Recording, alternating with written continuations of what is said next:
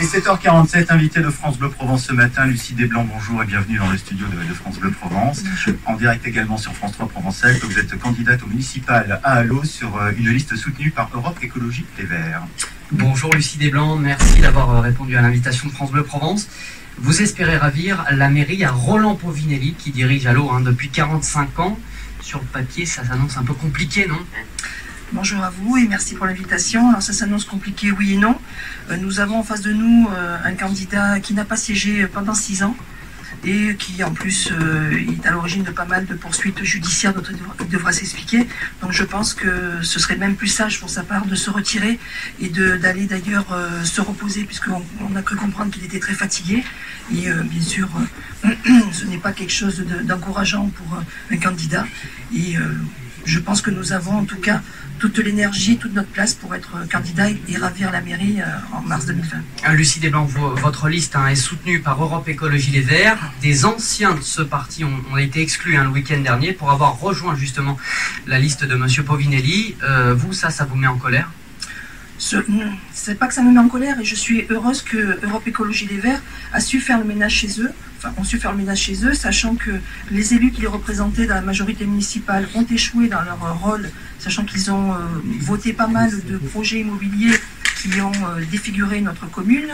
Nous avons le château de Carlevent qui a été détruit de manière illégale, et que ce mouvement est su demander à ses membres de se désengager d'une part de ce maire aussi très peu recommandable, et que une fois qu'ils leur ont posé la question, ils ont refusé, donc ils ont été légitimement suspendus.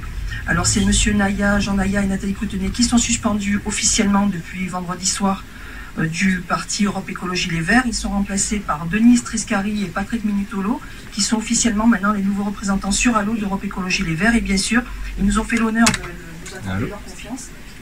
Oui, c'est Jean-Michel. Et ils se sont associés à nous puisque nous avons eu, j'imagine, c'est qui, pardon, j'ai pas entendu. Jean-Michel Marcotte de la Provence. Ah d'accord. Justement, votre liste, c'est une liste citoyenne. Voilà. Une liste issue de l'association civile, exactement la même de celle qu'on a présentée en 2014, des gens issus de la société civile, pas des personnes qui vivent grâce à la politique. On travaille tous, on gagne notre vie en travaillant tous les jours, donc on a les mêmes sensibilités, les mêmes attentes que les électeurs qui vont voter pour nous. Alors bon, vous êtes, on va dire, apolitique, étant donné que vous êtes issu de la société civile, vous le disiez, mais vous avez une couleur verte sur votre programme, vous avez des idées écolo. Beaucoup de candidats et de plus en plus ont des convictions écolo. C'est devenu une sorte de mode de quelque part se repeindre en vert.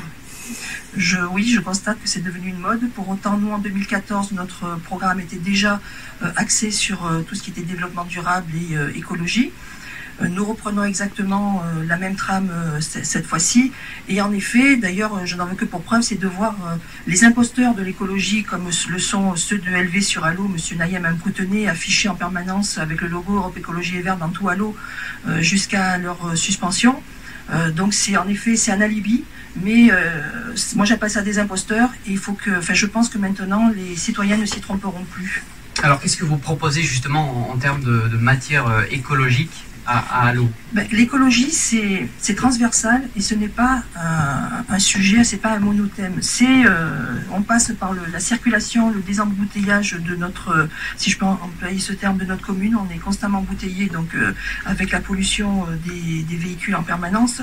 Donc il y a une réflexion globale sur la circulation à réfléchir en amont.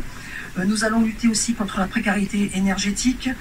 Nous avons aussi un projet de sanctuariser les terres agricoles et faire revenir des agriculteurs chez nous afin de proposer de l'agriculture bio, et qu'on puisse raisonner en circuit court. Nous avons aussi également, bien sûr pour les transports collectifs, la mise en avant de ces transports collectifs. Nous nous étions mobilisés contre le projet de l'alinéa pour réfléchir sur un autre mode de transport dans notre commune. Voilà, la liste est très longue et je ne vais pas tout déployer maintenant. Merci à vous, Madame Desblancs, d'avoir été l'invitée de France Bleu Provence. Merci à vous. Et bien sûr, en belle journée à vous.